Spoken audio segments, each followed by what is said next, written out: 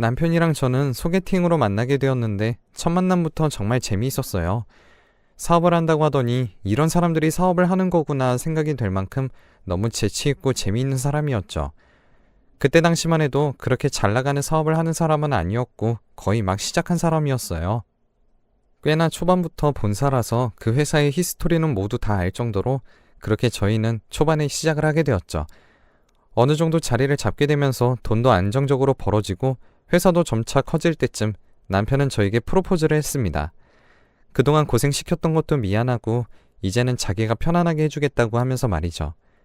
사업을 막 시작할 때쯤 만나기도 했고 처음 사업을 해보는 사람이라 초반에 돈도 제대로 못 벌기도 했었거든요. 그래서 데이트 비용을 제가 다 내는 일도 있었어요. 하지만 있는 사람이 내면 된다는 생각이었고 저는 그 당시에 돈을 벌고 있었으니 당연하다고 생각을 했죠. 어떻게 생각해보면 그때 뒷바라지를 다 한 것일 수도 있겠네요. 도시락도 싸서 회사 사람들도 먹이고 남편도 밥 못 먹었다고 하면 뛰어가서 밥 사 먹이기도 했으니까요. 그렇게 저희는 결혼을 하게 되었어요. 남편은 정말 일적으로는 완벽하더라고요. 인맥도 점차 늘려가면서 정말 사업에 열정적이었습니다. 하루하루 성장해가는 모습이 대견할 정도로 결혼하고 나서는 가정이 생겼다는 이유로 더 열심히 하더라고요. 저희는 아이도 가졌고 두 딸의 부모가 되었습니다. 남편이 성장하는 만큼 아이들도 점차 성장했고 저희 가정은 나름 행복하다고 자부했어요. 하루하루 살아가면서 남편도 아이들을 보려고 늘 집에 일찍 들어왔고 아이들도 속 썩이는 거 없이 정말 온순하게 커주었죠. 아이들이 10살 정도 되었을 때쯤 남편의 사업은 몰라보게 성장했고 조그마한 건물을 통째로 쓸 정도의 능력을 갖추게 되었어요. 물론 재벌들에 비해서 아무것도 아니었지만 정말 하나부터 열까지 너무 열심히 했던 사람이었죠. 납품부터 직접 체크를 하고 하나씩 디테일하게 보는 성격이었기에 성공을 하는 건 어쩌면 당연한 이야기였어요. 물론 운이 안 따라주는 것도 아니었고요. 그런데 점차 회사가 성장하면 할수록 자연스럽게 남편이 늦게 들어오는 날들이 많아지고 회식도 하면서 술 취해서 들어오는 날도 많고 그렇더라고요. 물론 저는 그런 것도 모두 다 이해했어요. 한 회사의 CEO로서 가정도 있지만 자기 회사 식구들도 먹여 살려야 했기에 열정적인 모습을 격려하고 또 격려했었네요. 아이들에게 소홀해도 어쩔 수 없다며 아이들은 제가 다독거렸고 사춘기가 다가와서 아빠랑 그렇게 친하지 않아도 제가 다 커버하고 케어했습니다. 너희들이 누리는 모든 것들이 아버지의 노력 덕분이라고 하면서 늘 각인시켜줬죠. 남편은 저의 남편이기도 하면서 약간의 존경의 대상이기도 했었어요. 아이들도 처음엔 잘 놀러가지 못하는 것에 불만이 있었지만 이내 수긍하고 아빠가 돌아오면 인사도 잘하고 하더라고요. 아이들이 점차 커가면서 저도 여유가 생기기 시작했습니다. 어느 날은 옛 생각이 나면서 저도 도시락 싸서 남편에게 가볼까 하는 생각도 들더라고요.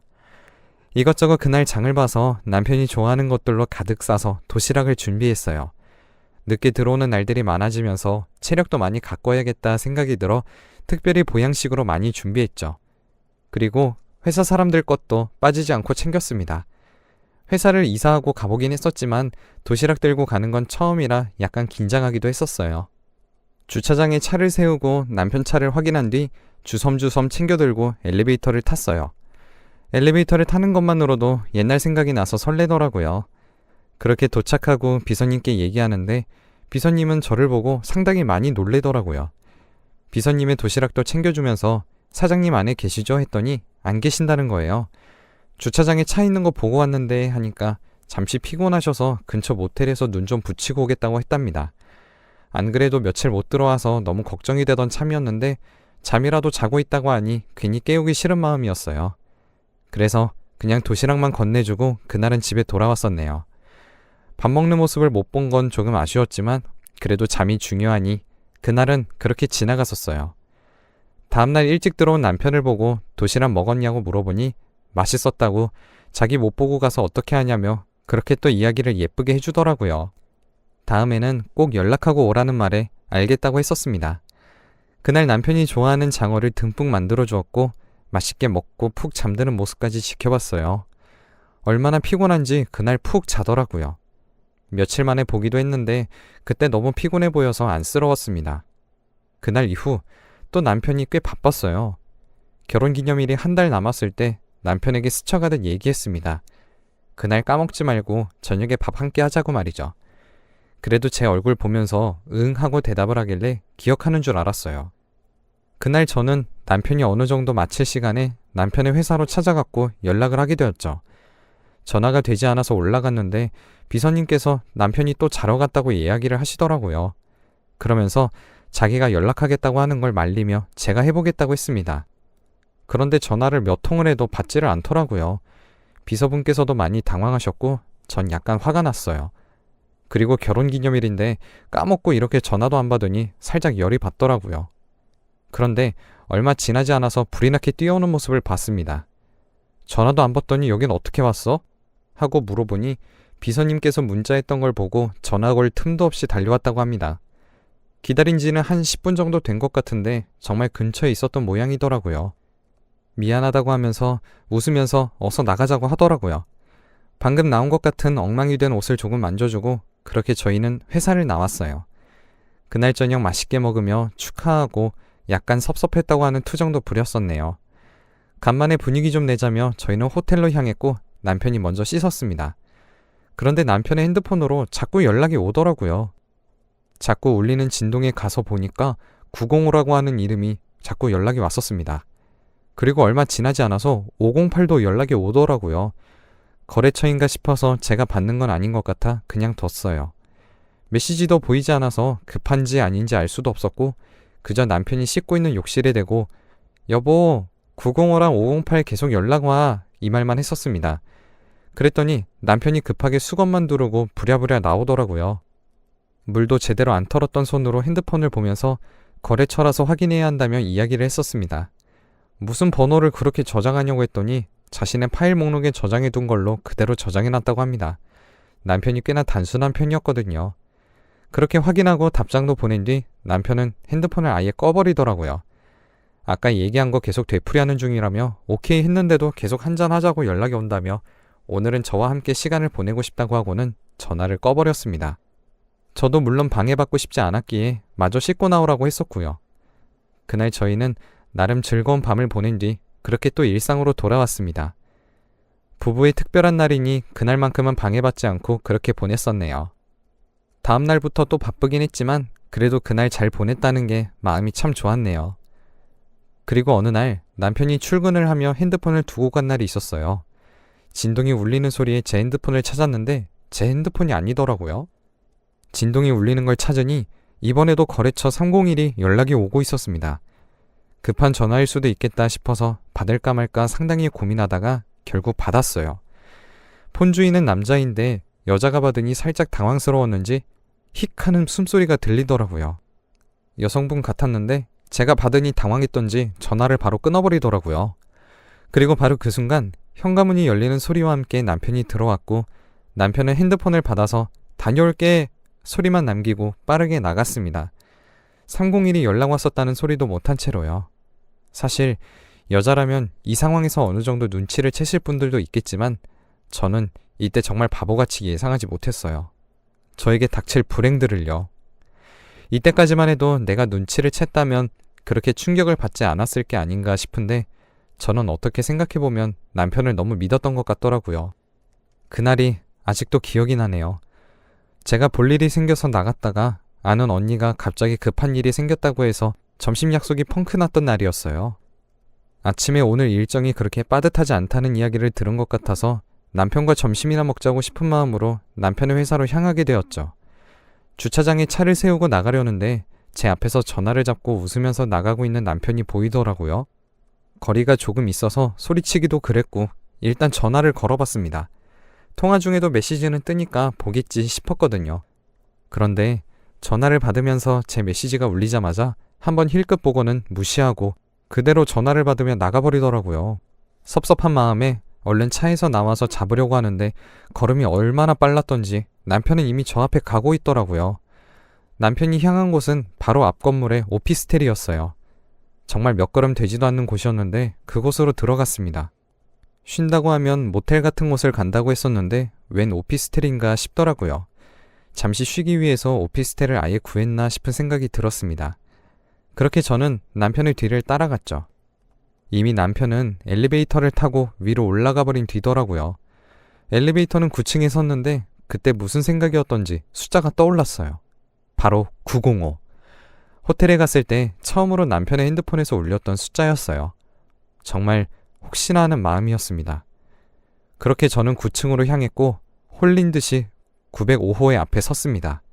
손이 부들부들 떨리더라고요. 제발 아니라는 마음 하나로 배를 누를까 말까 엄청 고민을 했어요. 거의 앞에서 10분 정도 손을 벌벌 떨며 그렇게 있었던 것 같습니다. 손을 떨다가 초인종 앞에 있는 벨이 무작정 눌러지더라고요. 그런데 그 소리와 함께 안쪽에서 우당탕탕하는 소리가 들렸습니다. 바로 그때 순간 저도 약간 눈이 돌았던 것 같아요. 아무 생각도 하지 못했고 단순한 남편이 떠올라 저는 비밀번호를 눌렀습니다. 저희 집 비밀번호요. 그것도 그 비밀번호는 저와 제 남편의 생일을 조합해서 만든 번호였어요. 야속하게도 문이 열리더라고요. 열리면서 누군가 문고리를 잡는 힘까지 느껴졌습니다. 그때 무슨 힘이었던지 저는 두 손으로 온 힘을 다해 문고리를 바로 잡아당겼어요. 잡아당기는 동시에 낚시하듯 남편이 딸려오더라고요. 그렇게 눈을 마주쳤는데 그 표정은 정말 잊을 수 없습니다. 저도 모르게 핸드폰을 잡고 카메라를 켰고 그렇게 남편을 찍었습니다. 남편도 처음에는 멍하게 있다가 제 핸드폰을 뺏으려고 이리저리 손짓을 하더라고요. 무슨 힘이었던지 그런 남편을 뿌리치고 저는 바로 안으로 들어갔습니다. 글을 적으며 그 당시를 회상하니 정말 지금도 괴롭긴 하네요. 그 안에 있었던 사람은 20대 초반 여자였어요. 저는 눈물이 나는 것도 모르고 그 떨리는 손으로 그렇게 카메라부터 들었어요. 내가 손해보는 건 없어야 하니까요. 남편이 따라 들어와서 이야기 좀 하자며 다 오해라고 하는데 그때서야 떠올랐죠. 905라는 숫자 외에도 다른 숫자도 있었다는 걸요. 그렇게 저는 남편을 한번 쳐다보고 눈물을 닦았습니다.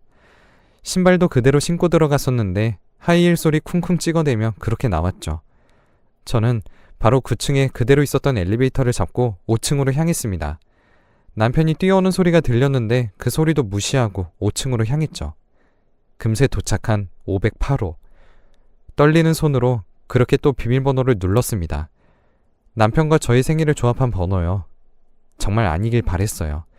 비밀번호를 누르고 있는데 계단으로 남편이 뛰어오는 소리가 다 들리더라고요. 제가 5층으로 갈 건 예상 못했던 모양이에요. 엘리베이터가 5층에 멈추니 놀라서 뛰어오는 모양이더라고요.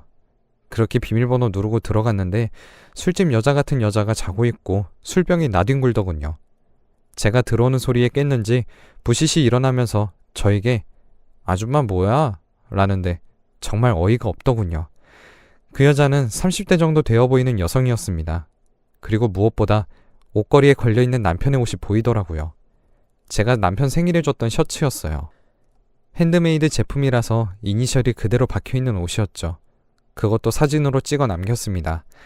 그리고 불이 나게 달려오는 남편을 보며 소리를 고래고래 지르던 여성도 소리를 지르는 걸 멈추고 저를 보고 놀라더라고요. 남편이 제발 그만하라며 저를 말리는데 저는 또 뿌리치고 나갔습니다. 가야 할 곳이 한 군데 남았거든요. 301호. 참 그렇게 많은 곳을 가야 한다는 것도 비참하더라고요.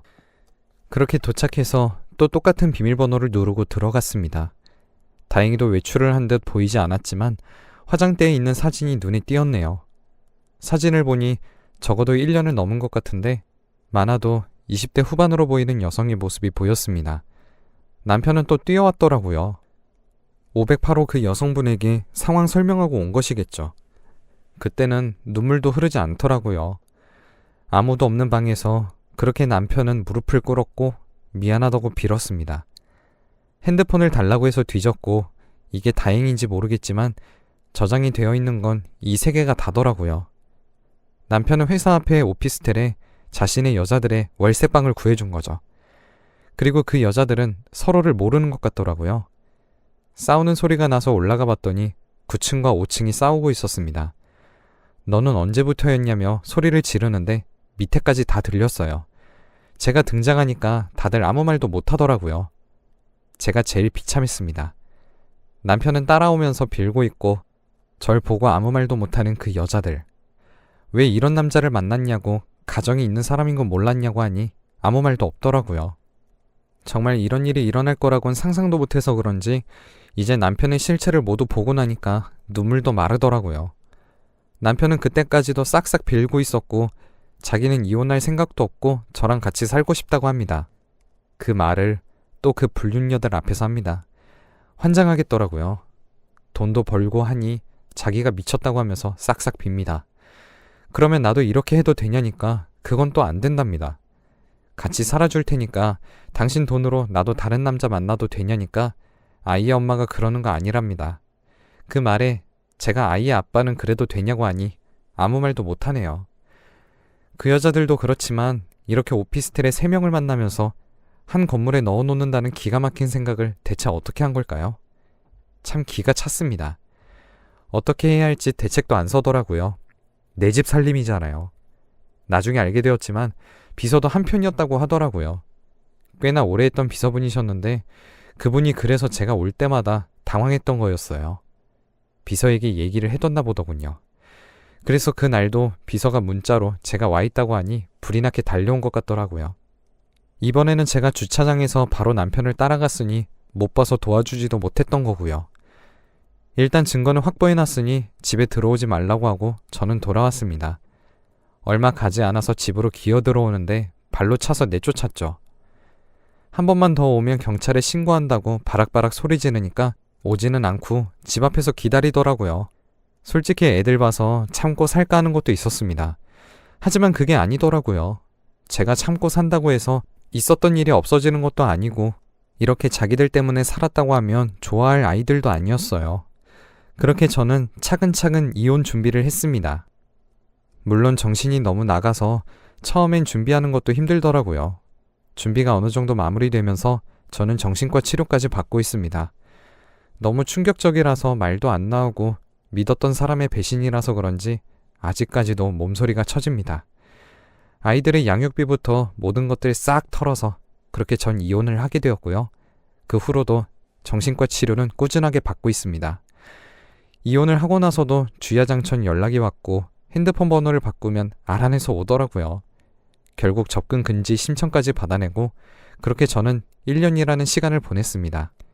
언제 한번 대나무숲처럼 제 이야기를 풀어보고 싶었는데 이제야 이렇게 얘기를 해보네요.